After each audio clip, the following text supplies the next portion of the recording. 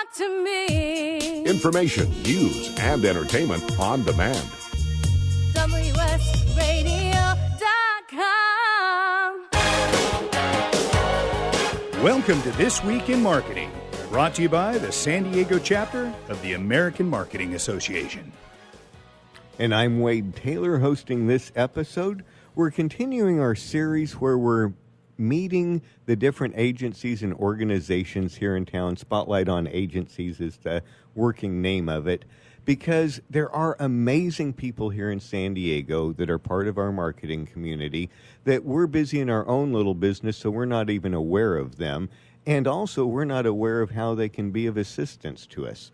And so on today's show, we're shining our spotlight on Greenrope, and I'm speaking with Lars Helgeson. He's the founder and CEO. They provide a complete CRM solution, and we're talking about the pain that companies experience, in the last segment, companies of scale, when there's just so much going on and there's no comprehensive thing tracking everything, and things start blowing up here and there, and management and leadership realizes we don't know what's going on.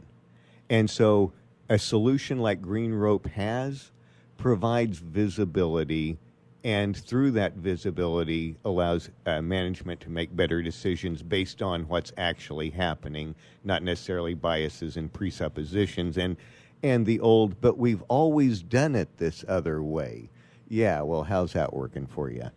And so in this segment, we're going to move on to talk to small businesses and startups, because they may not be experiencing that pain, but boy, wouldn't it be nice to avoid it in the first place by laying a solid foundation.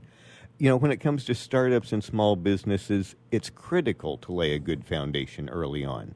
Too many times they'll be growing nicely, improving sales year after year, and they'll hit a snag. Revenue may be positive, but they discover they've got a technology deficit. Pieces are missing, growth is limited, and you know it's going to happen at the worst possible moment. So, Lars, tell us a little bit. Well, actually, I'm going to ask you to do two things. Tell us a little bit about how this technology deficit looks in the real world, and then move on and talk to us about Greenrope. You started the company. What were your experiences in laying baseline foundations?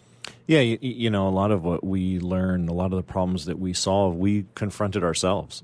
And it's, it's certainly no business grows without making mistakes. But as we grew, we listened to our clients, and we looked at the things that we needed to do and thought, well, if we're a small business, we need to do this, and we've got customers that are small businesses and they need to do this, then we should probably figure out a way to solve this problem. So that really is what drove our development and has driven our message. We saw this concept, and the idea, or the concept is called technical debt. And the idea is that if you create an environment in a business where people are using different pieces of software that don't talk to each other, you end up getting isolation of information. And these silos of data often are just gathering more and more information about people, and that data is not shared. So, for example, if you're using an email marketing platform, maybe a MailChimp or Constant Contact, that data is accumulating inside those platforms. You'll get read, click, unsubscribe data, if that email bounces, whatever. If that data isn't immediately accessible to every other aspect of your organization, you are creating a situation of debt, meaning that somewhere someone's going to need that data. And I can guarantee if you have a salesperson and you're going to talk to them and say, hey, this information is available to you if you log into the email marketing program, and the salesperson is going to say, yeah, I'll get right on that. Because if it's not immediately accessible, the salesperson doesn't have time to go digging into every single different contact record of every single different piece of software that company may be using. So what happens every time is that data sits in its own little silo, and the marketing person will say, oh, hey, we had a great read rate, or we had a great click rate last month on our last newsletter. Aren't I so awesome? And that may be true, but if it's not accessible to the people who actually have the feet on the ground that can use that information, then it might as well just be in a file cabinet locked away in a warehouse, like at the end of Indiana Jones. Yeah, You know, it's, exactly. That's the only thing that makes me not afraid of the NSA, isn't it? right. You hope everything's just buried all the way in the back. Exactly. But yeah, so what we found, so we started as an email marketing company way back in the day. Yeah. So actually, let me pause you there because I want to drill deeply down into that. But I just want to highlight big picture. Okay. As we're all trying to figure out what the hell we're going to do. You know, the world's changing, the market's changing, needs are changing. In my opinion, curation and context of data is where the money is. You guys are doing that. But on a bigger scope, just as we're trying to figure things out, don't lose sight of the big picture. What you're doing is you're making it easy. Yeah. And fundamentally, if you just go, how do I make this easy for the players, will that not lead to success? Yeah, and what oftentimes happens is that these smaller businesses, especially, you got to catch it. The earlier you catch it, the easier it is for the business.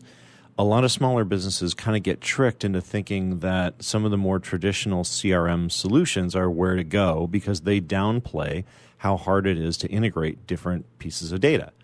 And not to call out specific names, but if you were to talk to someone from Salesforce, Microsoft, Oracle, SAP, these giant players in the CRM space, they are great if you're a Fortune 500 company or a Fortune 1000 company, and you can hire an army of developers to link these components together. And even if you can, it usually takes years. It doesn't always work. And there are very few companies that I've talked to where those types of solutions actually play out successfully. And if they do, it's because the integrator has done a very good job with the platform.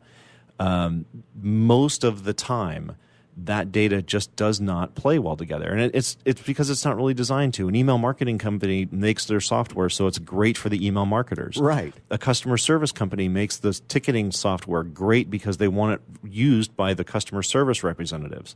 They don't think in terms of, well, how do I easily make this data available now to the CRM that can be used by an events management team or the sales team? And so it's crossing those bridges between the different kinds of software platforms that turns into a very tangled spiderwebby kind of mess if you're hiring developers to have to link those components together.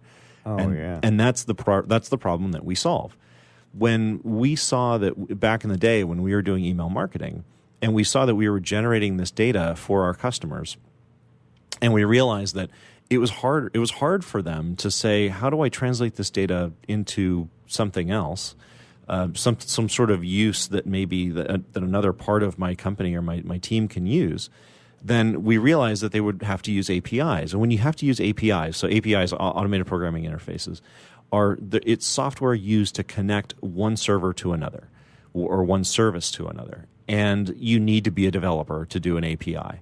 Right. It's very difficult. If you're going to write a little program to designed to make things not designed to work together, that's going to take skill, effort, and money. Exactly. And honestly, it forces a small business to be an expert in data integration. That's probably not in their wheelhouse. Right. And so they end up hiring consultants and software architects and developers, and it turns into a very expensive thing. And APIs always change because developers always feel like they need to improve things. And it's sort of the natural way of things. If I'm a developer, and I kind of am a developer, but as we develop more things, we want to make them better. And they'll say, oh, there's a better way to do this, or a better, more efficient way to create this, or there's a new standard that's out, so we're going to change the API. Well, that has a ripple effect to every single customer that uses that software. So the more APIs you have in place to connect things, the more complex and expensive it is for you to manage just the informational part, the architecture of running your business. And that's what we solve. That's what we want to fix, because those traditional CRMs force you to do that. They're not all integrated systems. They're made for you to use them as a platform. And if you have hundreds of developers and hundreds of thousands of dollars and you want to throw that at doing that integration work, you absolutely can. They're great platforms for doing that. The challenge is that most businesses especially small to mid-sized businesses, are not experts in that. They don't have the time or the money. And now you're going to have to hire a person on staff to manage all of that integration work and manage all of that data. Yeah. And it's an inefficient use of resources for most businesses. And that's really what we want to solve. Perfect. And especially if you're a small businesses where resources are scarce. So we've got about a minute, and here's what I'd like for you to do. Look through the eyes of that CEO, that small business owner. What is she seeing as she's looking across her desk, right? Or looking out at the world, as it is now that you're trying to catch them, nip it in the bud and go, look, this is what you need to be moving to now. But paint a little bit of a picture of what they're doing now that we're wanting them to change. The biggest thing that most businesses do not do is have a clear understanding of the customer journey. And the customer journey it's a term that's become a little more popular in recent years, but it's the idea of how does a customer go from learning about your brand to becoming a customer and then becoming an advocate of you and your product or your service. Modeling that is how a business is able to understand how their business works for the things that they sell. And most businesses only do this on a very informal scale. And the owner will say, oh, I know how my sales process works. And the salesperson will say, yeah, I know what I do to sell. And the marketing person will say, yeah, I know what I do to market to people. And customer service will say, I know what I do. And, everyone kind of has this informal knowledge. But what they're missing is the actual diagram, so they can actually see it written down. How does someone go through the buyer's journey? The big picture. Right. Well, very good. We're going to, obviously, there's so much to talk to here with Lars Helgeson of Greenrope. We're going to come back to the next segment, talk a little bit about agencies, and we're going to learn everything we can about how to effectively manage clients. Back in a moment. Securing Our eCity Foundation is a nonprofit organization focused on cybersecurity awareness and education. Formed in 2011, their mission is to enable every San Diegan to live, work, and play safely in the cyber world. For more information, visit securingourecity.org or call 619-630-2444. Securingourecity.org, 619-630-2444. Securingourecity.org. Tired of presentations with no impact, no inspiration, and no traction? Do dull speakers have you and your team disengaged and distracted by smartphones? Christopher McCullough brings energy, insights, and 2 decades of experience, delivered with punch, humor, and heart. Your team will leave energized, uplifted, and with a sense of purpose. Visit ChristopherMcCullough.com to bring some heat to your next speaking engagement. McCulloughe. ChristopherMcCullough.com. Take a break from politics. Tune in and learn something. WS Radio shows are worth your time and are filled with tips and advice. Add us to your lunch routine, and we'll give you a meal for your mind. Kenja Dixon was crowned the #1 sales executive through hard work, deep thinking, and the revelation of universal talk laws. He now wants to share these lessons with you. Universal talk laws are what you need to know and use in business and at home to have successful and effective conversations. Kenja Dixon shares his wisdom, action plans, and wealth. Each book comes with a chance to win $10,000. Find Universal Talk Laws at KenjaDixon.com. Do you want to be a professional coach? Are you in business trying to make a real difference with people you manage or work with? Have you started a coaching practice that isn't quite getting off the ground? Get the skills you need to be a successful coach today with the Coaches Training Program from Accomplishment Coaching. The Coaches Training Program will show you how to help others focus and be more fulfilled. Whether you want to improve your company's bottom line or create a thriving coaching practice, Accomplishment Coaching can give you the distinctions and practices you need to coach others effectively today. Accomplishment Coaching has spent 6 years developing a cutting-edge coaches training program that will have you ready to coach people professionally in just 12 months, and you don't have to take time off work to do it. To find out more about the Coaches Training Program, just call 1-888-548-6813.